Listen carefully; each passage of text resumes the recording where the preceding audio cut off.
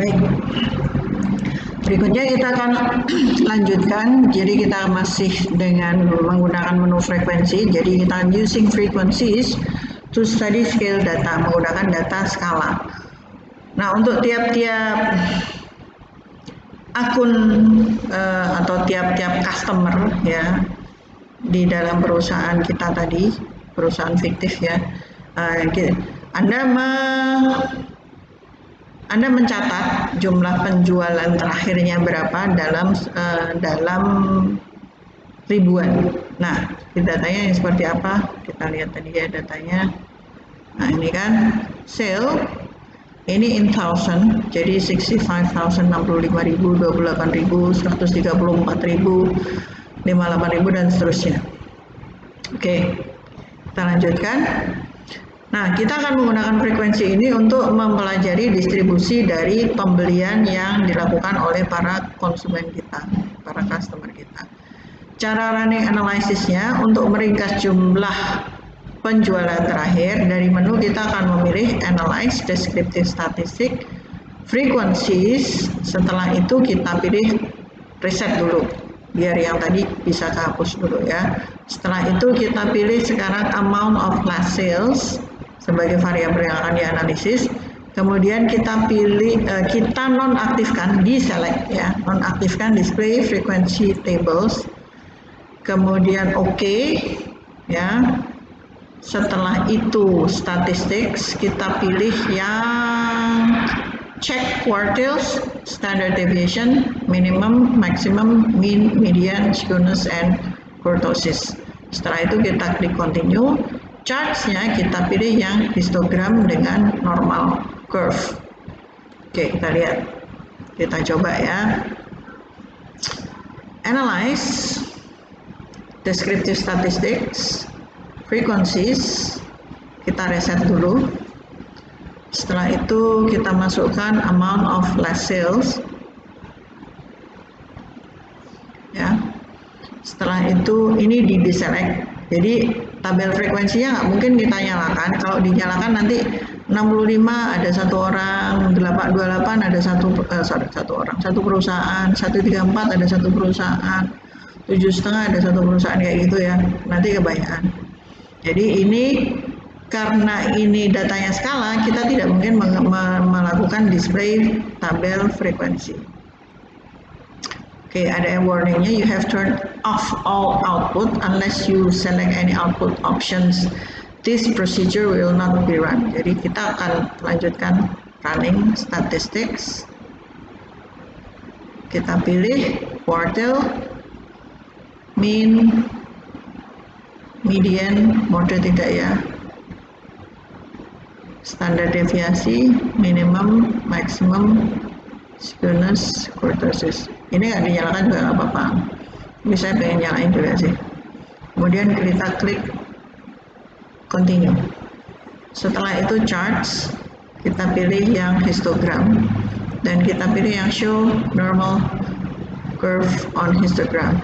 Setelah itu continue. Format nggak ada format. Oke, kita lanjut. Oke.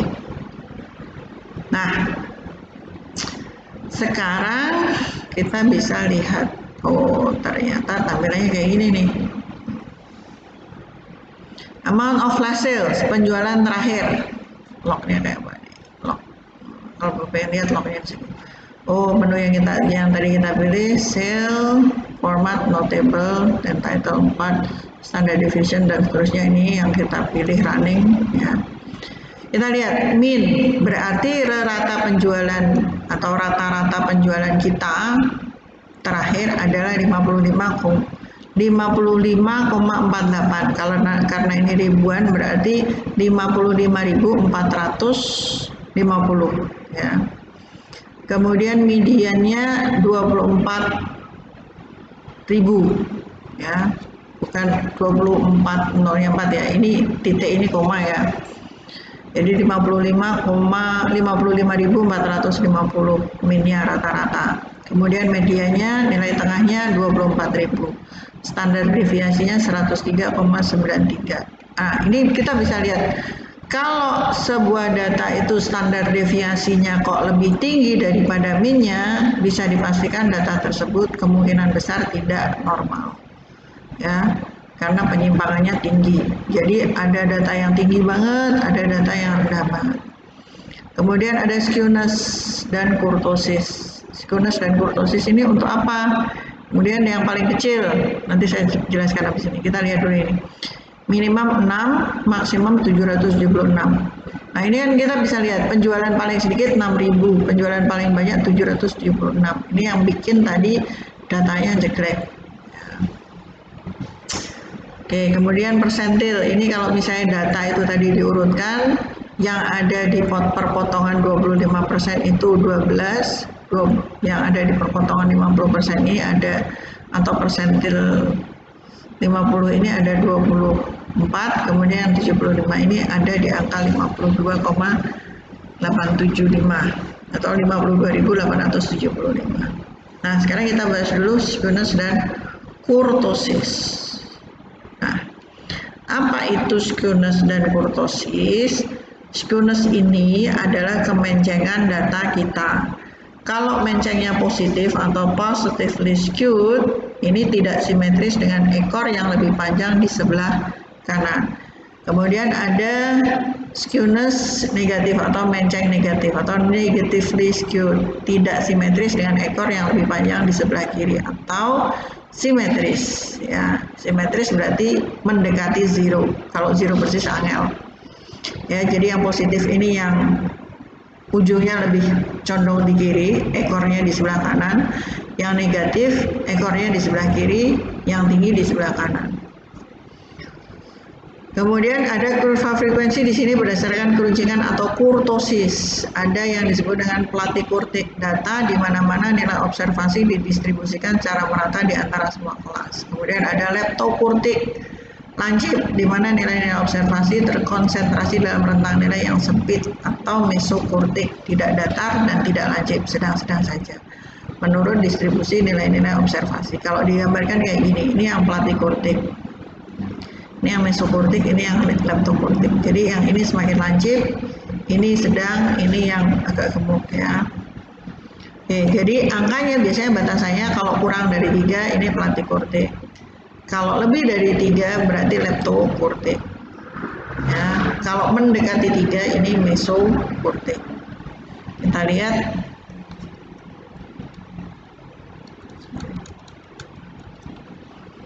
Ya. Ini ya.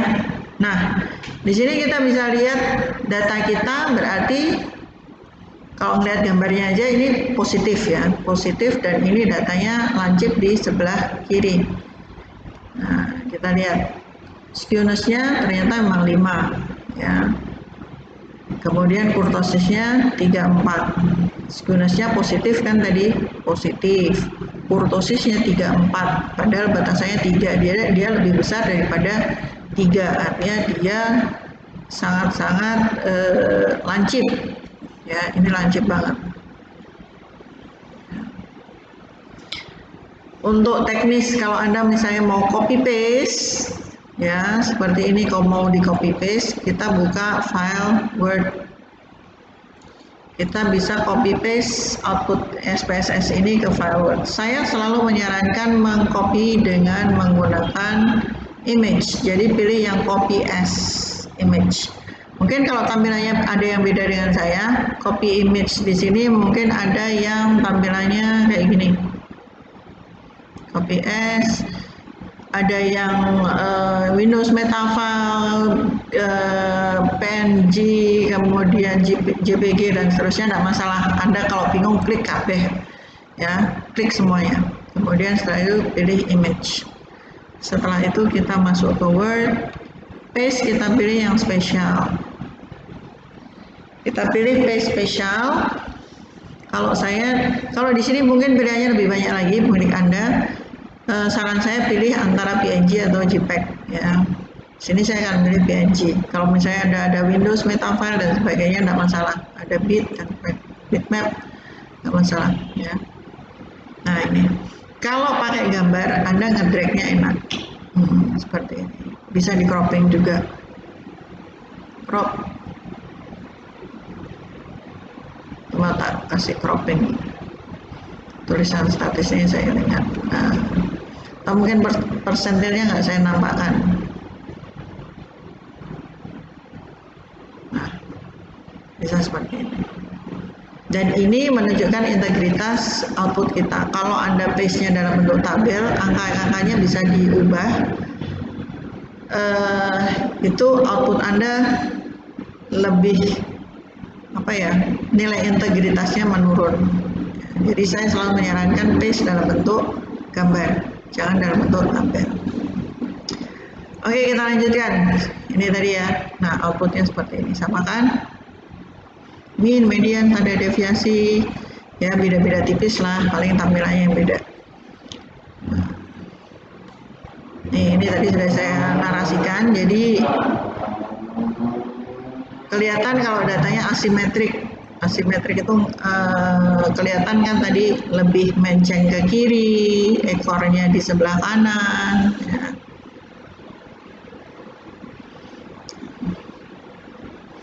Di sini artinya bagaimana? The large positive skewness in addition to skewing the mean to the right of the median inflate the standard deviation to a point where it is no longer useful as a measure of the spread of data values. Jadi di sini datanya miring ke kiri atau miring ke kanan, ini menunjukkan standar deviasinya ini tidak bisa digunakan sebagai data dengan sebaran yang bagus. Jadi ini nanti kalau misalnya pun mau diolah secara statistik, itu harus ditreatment dulu. Ibaratnya kalau kita mau masak, sebelum kita masak kan dipilih dulu ya, apa namanya bahasa Indonesia, disiangi. Jadi kalau misalnya Anda punya sayuran, misalnya masak kangkung, bayam, itu kan dipidili bahasa Indonesia, dipotong-potong dulu kan, diambil, oh ini yang jelek-jelek dibuang, nggak dipakai, ya kayak gitu. Atau mungkin dikupas dulu seperti itu. Nah, ini fungsi dari kita melihat, oh ini belanjaan kita bagus apa enggak sih. Kalau belanjaannya seger-seger, oh berarti banyak data yang nanti akan dipakai. Ya maklum, dosennya ibu-ibu, jadi contohnya makanan. Nah, kemudian yang histogram, ya tampilannya sedikit berbeda dengan punya saya tadi. Ya. Ini visual summary dari distribusi value. Ya, overlay ini membantu kita menetapkan skewness dan kurtosisnya. Oke, itu yang bisa saya sampaikan untuk materi pertemuan kali ini. Silahkan dicoba, nanti copy paste gambarnya ke Word, ya. Setelah itu Anda narasikan ya dengan kalimat Anda sendiri. Ya. Baik, terima kasih. Ketemu lagi di lain waktu. Assalamualaikum dan selamat siang.